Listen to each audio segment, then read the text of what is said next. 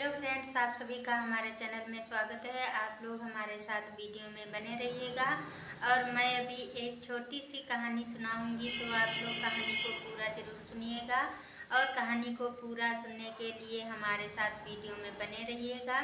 और ये कहानी है बुरी आदतों को कैसे छुड़ाया जा सकता है, तो आप लोग कहानी को पूरा ज़रूर सुनिए।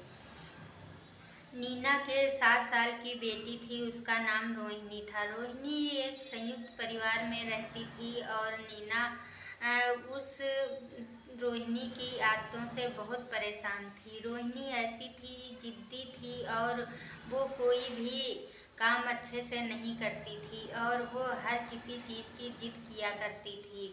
और जब भी नीना अपनी बेटी को डांटती थी तो उसके दादी बाबा उसको तुरंत ही भला बुरा सुनाने लगते थे और कहते थे कि अभी छोटी है, बच्ची है, जब बड़ी हो जाएगी तो खुद ही संभल जाएगी।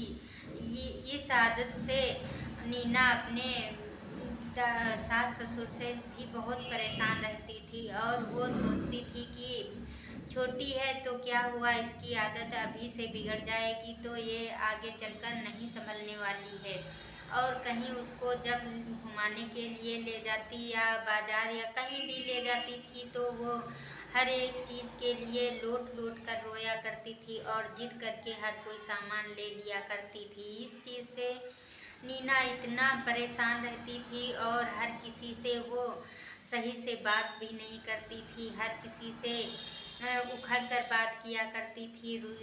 वो रोहिणी बच्ची तो थी लेकिन उसको उसके व्यवहार जो थे वो बिल्कुल भी अच्छे नहीं थे और उसको इस बढ़ी के लिए उसके दादी बाबा बहुत ही उसे बढ़ावा दिया करते थे और वो अपनी माँ की बात बिल्कुल भी नहीं मानती थी। जब रोहिणी को स्कूल में पढ़ने के लिए भेजा जाता था तो रोहिणी पढ़ने लिखने में तो ठीक थी लेकिन उसका व्यवहार अच्छा नहीं था।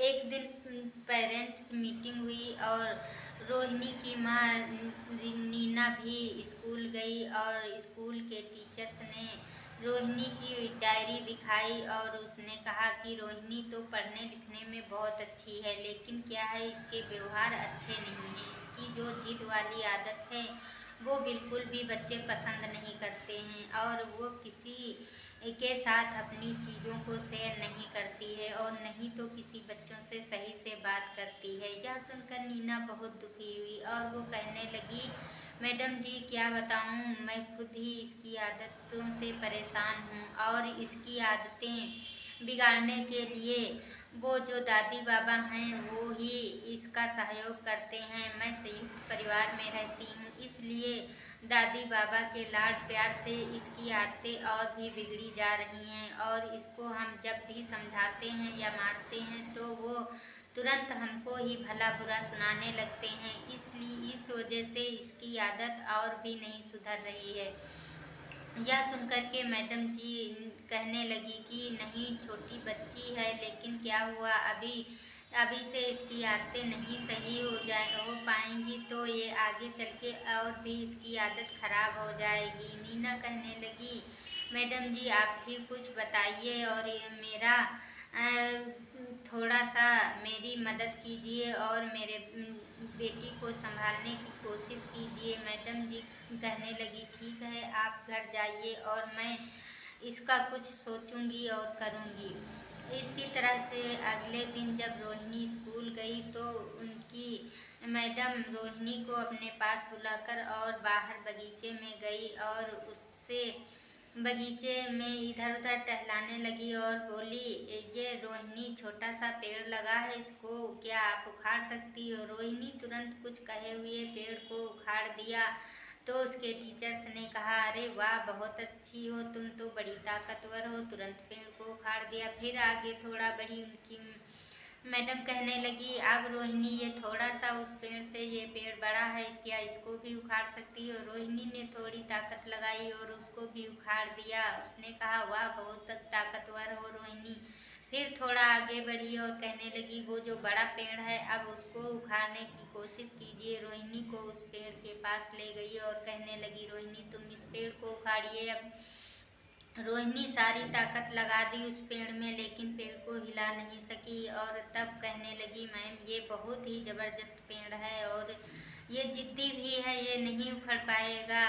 मैडम कहने लगी, चलो रोहिणी, अब हम दोनों एक बेंच पे बैठेंगे और कुछ बात करेंगे। रोहिणी को लेके एक बेंच पे मैडम बैठ गई और कहने लगी, रोहिणी, जिस तरह से तुम दोनों छोटे पेड़ों को कोशिश करके उखाड़ दिया, इसी तरह से ये बड़ा पेड़ उखाड़ने में तुम सफल नहीं हुई, क्योंकि ये बड़ा है, ये जिद्दी हो चुका है पेड़ और ये ताकतवर है। इसलिए जो तुम्हारी ये गलत आदतें हैं, तो अभी से तुम अपनी आदतों को नहीं सुधारोगी तो तुम्हारी आदतें भी मजबूत हो जाएंगी और अब बाद में सुधरने का नाम नहीं लेंगी। इसी तरह से रोहिणी ने वो मैडम जी ने रोहिणी से कहा कि ये तुम जिद वाली आदत करती हो रोहिणी, क्या सही है? रोहिणी ने सर हिलाया और कहने लगी, जी। और तो मैडम ने कहा कि अब जिद वाली जो आदत है, इस आदतों से तुम्हारे पास कोई भी तुम्हारा दोस्त नहीं है, हर कोई इंसान तुमको पसंद नहीं करता है। रोहिणी ने फिर से सिर हिलाया और कहने लगी, हाँ मैम ये तो है। तो मैडम जी कहने लगी, रोहिणी बताइए, जब तुमको कोई डांटता है या ऊंची आवाज़ में बोलता तो तुमको कैसा लगता? रोहिणी ने कहा, हमको बहुत बुरा लगता है। तो मैडम ने कहा, ठीक इसी प्रकार से जब तुम किसी से उखड़ के बात करती हो और गुस्से से बात करती हो और किसी को पसंद नहीं करती हो तो हर कोई दोस्त नहीं बनता है तुम्हारा। इसी तरह से उनको भी इस तरह की बातें पसंद नहीं हैं।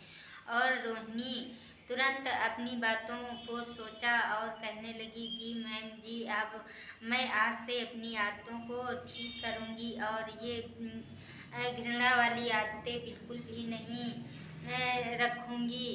यह कहते ही रोहिणी बहुत ही अपने ऊपर शर्मिंदा हुई और कहने लगी, मैडम जी, मैं आज से ही अपनी आदतें सुधार लूँगी तो क्या मेरे दोस्त बन जाएंगे? मैम कहने लगी, बिल्कुल क्यों नहीं बन जाएंगी। अगर तुम अपनी आदतों को अभी से सुधार लोगी तो आगे चलकर तुम्हारे बहुत सारे दोस्त होंगे और तुम्हारे साथ हर कोई खेलना बैठना पसंद करेगा। यह सुनते ही रोहिणी अपनी सारी बुरी आदतों को वहीं छोड़ दिया और घर आकर अपनी मम्मी से गले लग गई और कहने लगी, मम्मी, आज मेरे टीचर्स ने तो मेरी बुरी आदतें सारी छुड़वा दी और आज से मैं अच्छी आदतें सीखूंगी, बुरी आदतों को नहीं सीखूंगी और हम अब सभी से प्यार दुलार से बोलूँगी और सबके साथ प्यार से रहूँगी। यह सुनते ही नीना अपनी बेटी को गले लगा लिया और उसको हमेशा की तरह अच्छे से प्यार दुलार करने लगी।